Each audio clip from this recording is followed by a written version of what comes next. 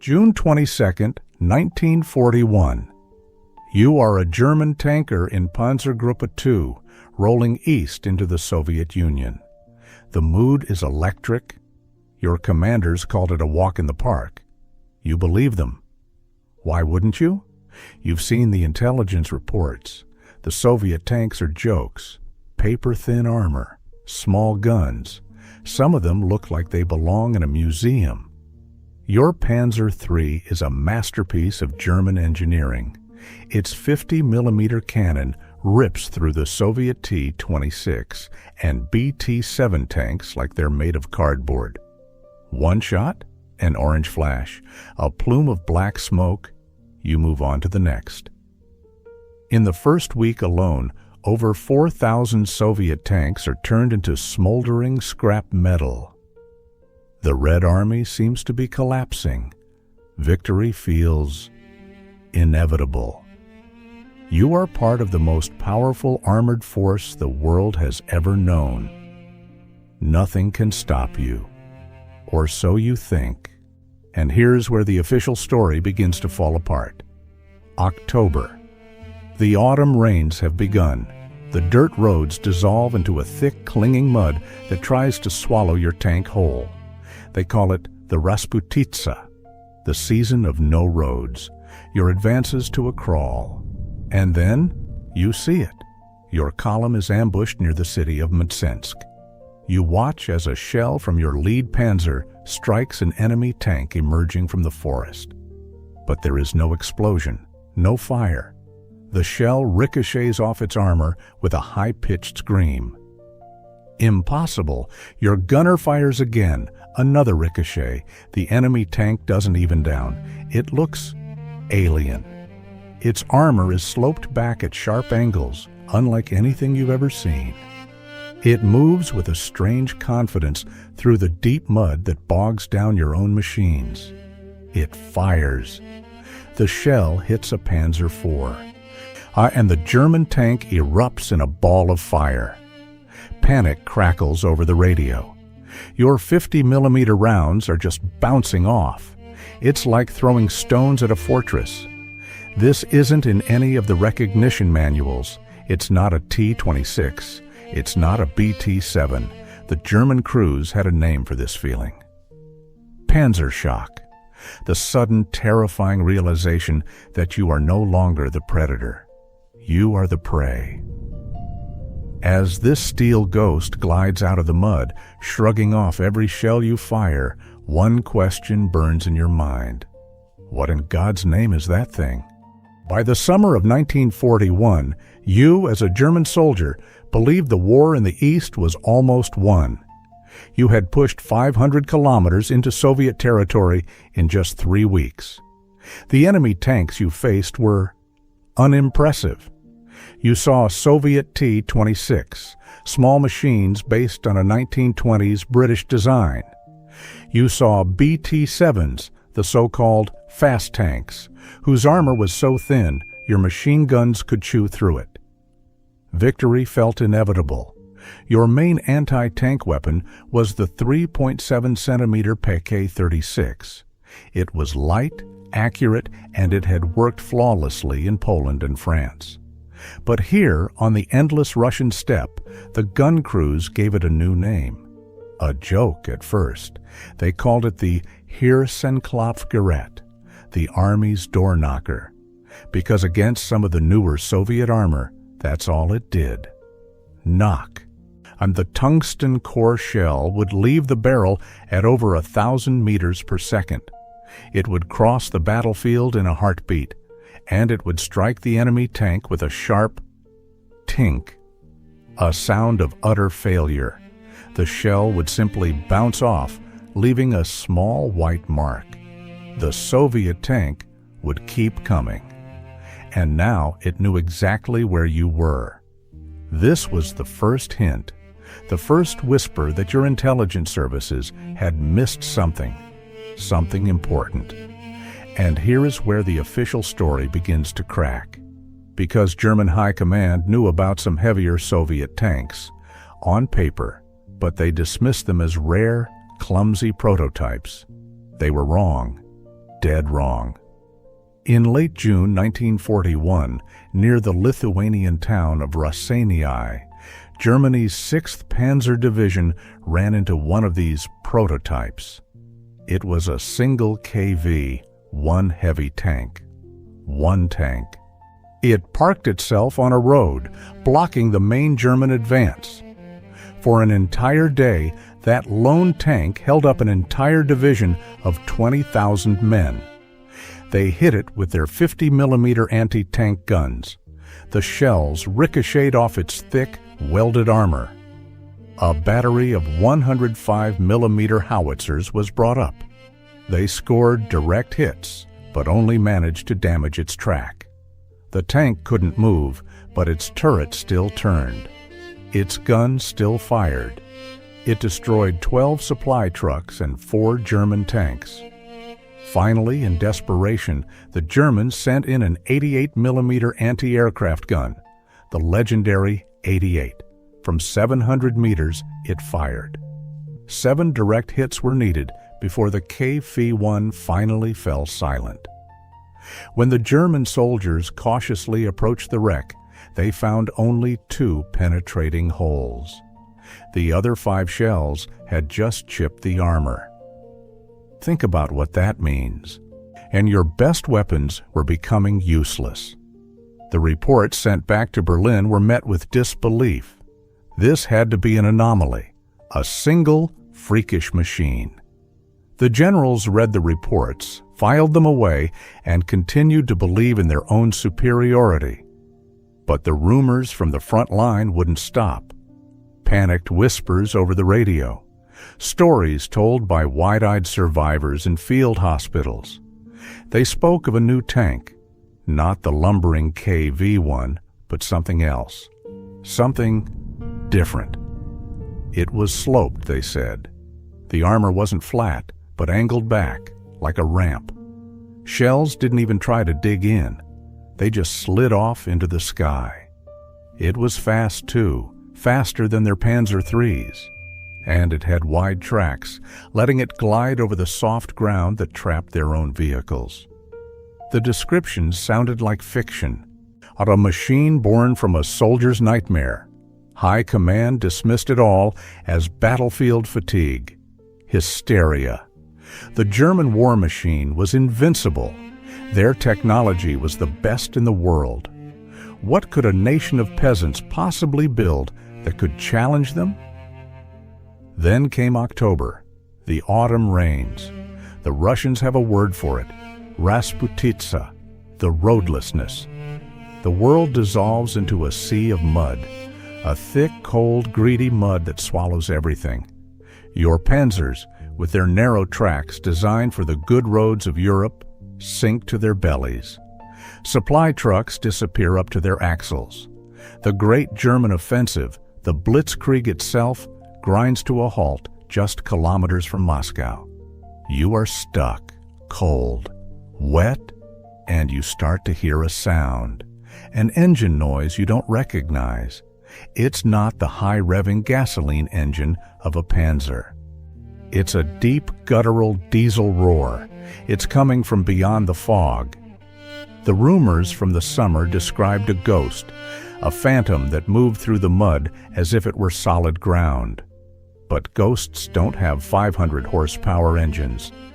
So as the sound grows louder, tearing through the silence of the Russian morning, what exactly is coming for you? You are General Heinz Guderian. It is October 1941. The world knows your name. You invented the Blitzkrieg, the lightning war that brought Europe to its knees. France fell in 6 weeks. Now you stand at the gates of Moscow. Your Panzer Group 2 has shattered Soviet defenses. The mood in your command post is not just confident. It's arrogant. Your panzers are the finest fighting machines on earth. Your soldiers, the best trained. The reports you read describe the Soviet tanks as obsolete, thinly armored, mechanically unreliable. Your men laugh at them. They use captured Soviet anti-tank rifles for target practice. The road to the Kremlin seems wide open, a formality. Then a single dispatch arrives. From the 4th Panzer Division, near a town no one has ever heard of, Mtsensk. The report makes no sense.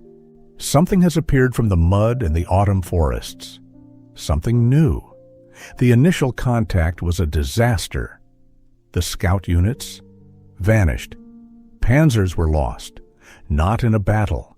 They were hunted. What was this thing? The reports are confused, filled with the language of fear. They call it a phantom, a ghost. Guderian dismisses it, hysteria. But the reports keep coming, and they all say the same thing. Our shells are not penetrating. Read that sentence again. Our shells are not penetrating. Imagine you are a German anti-tank gunner. You are 19 years old. You have been told your equipment is the best in the world. You have a 37mm cannon. Your comrades have a nickname for it. The Heeresklopfgerät, the Army's door knocker, because all it does is knock. You see the shape emerge from the mist 300 meters away. It's low, wide, angled in ways you've never seen. You fire a direct hit. You see the spark on its hull, but the shell ricochets. It screams off into the sky. You fire again and again. The sound is like throwing stones at a barn door. Then the shape turns its gun towards you. A flash. And your world ends. This was the reality for thousands of German soldiers. Colonel Mikhail Katukov's 4th Tank Brigade had been waiting, hidden. They used their new T-34s not for frontal assault, but for ambush. They let the German columns pass, then struck them from the flanks and the rear. The Germans called it Panzerschreck, tank terror. It was a complete psychological collapse. For the first time in the war, the German soldier felt helpless. His technology had failed him. Guderian, furious and confused, demands to see for himself. He travels to the front. He witnesses a Panzer III, his workhorse tank with its 50mm gun, engage a T-34 at point-blank range. Every single shot bounces off the T-34's sloped armor, like raindrops off a window. The T-34 then fires one shot, just one, and the Panzer III explodes. Here's the part nobody talks about. Guderian's official reports to Berlin were carefully worded, but his private diary tells a different story. He wrote of the vast superiority of the T-34. He admitted his panzers were now nothing more than toys. He sent a frantic message to the Army High Command. He demanded that a special commission of designers and engineers be sent to his front immediately. Not to the rear, to the front line. He wanted them to see the ghost of Mtsensk with their own eyes. The commission arrived. It included some of the most famous names in German engineering. Ferdinand Porsche was among them. They finally managed to capture a T-34 intact. They crawled all over it. They measured every angle, every plate of steel. And what they found terrified them more than the tank itself. The welding was crude, the finish was rough. There were visible gaps between the armor plates. It was not a product of sophisticated factories. It was a product of brutal, efficient mass production. It was simple. It was reliable.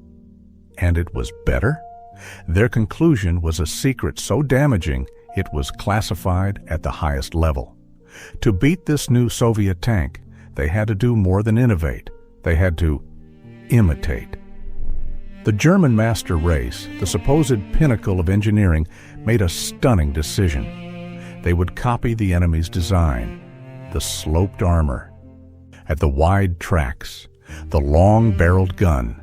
The result would become the Panther tank, one of the most famous tanks of the war.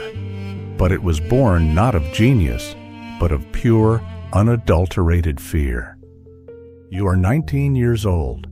The air inside your Panzer IV is thick with the smell of oil, sweat, and stale bread. For weeks you have rolled across the plains, a knight in a 20-ton steel castle, part of an unstoppable force. Your victories have been easy. Too easy. You believe the war will be over by Christmas. Then, through the narrow vision slit, you see it. It crawls out of the autumn mud, clumsy and crude. Its armor is roughly welded. Its shape is alien, angled in ways that look wrong. Your commander's voice crackles through the headset. He laughs. He calls it a peasant's tractor. He gives the order to fire. Your gunner is precise. The 50-millimeter shell crosses 800 meters in a heartbeat. A perfect shot. You brace for the satisfying explosion, the bloom of fire that confirms another kill. But it never comes. Instead, you hear a sound you will never forget for the rest of your life. A high-pitched ping. The shell, one of Germany's finest, ricochets off the angled armor and screams into the sky. It's like throwing a rock against a fortress wall. Your crew is silent, stunned. The gunner reloads, his movements now frantic. He fires again. Ping, a third shot. Ping, the tractor hasn't even stopped. And here's the part nobody told you about. The tractorly turns its long 76-millimeter cannon towards you. A bright flash. Before the sound reaches you, your world tears apart. It is not a boom. It is a physical impact, a godlike hammer blow that throws you against the steel wall. The Soviet shell doesn't bounce. It doesn't dent.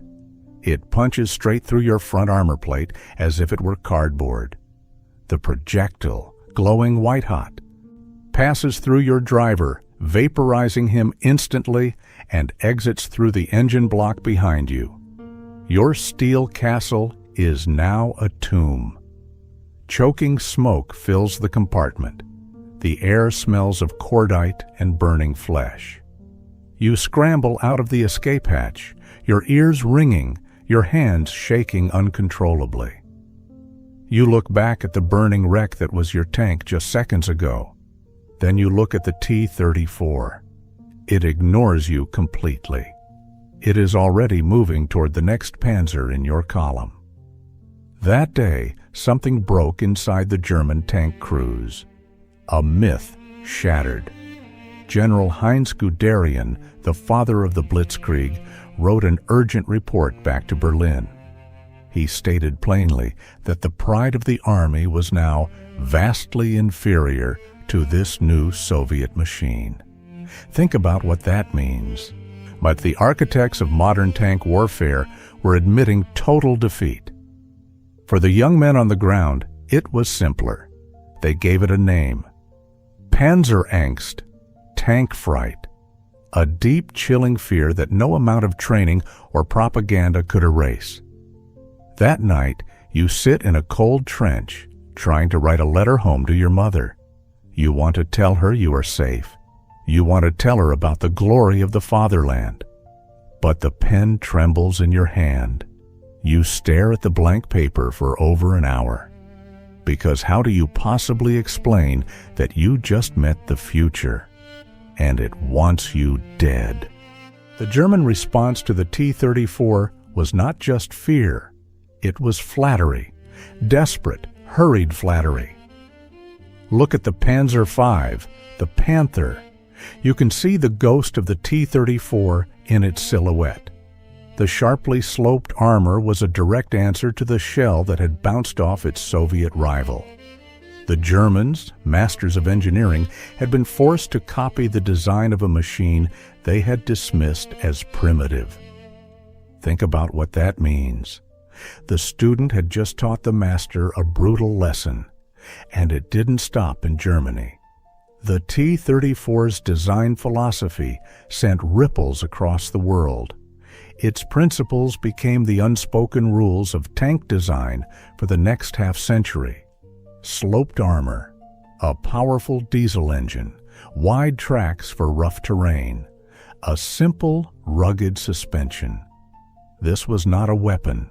It was an idea cast in steel. An idea that said, good enough is better than perfect. That quantity has a quality all its own.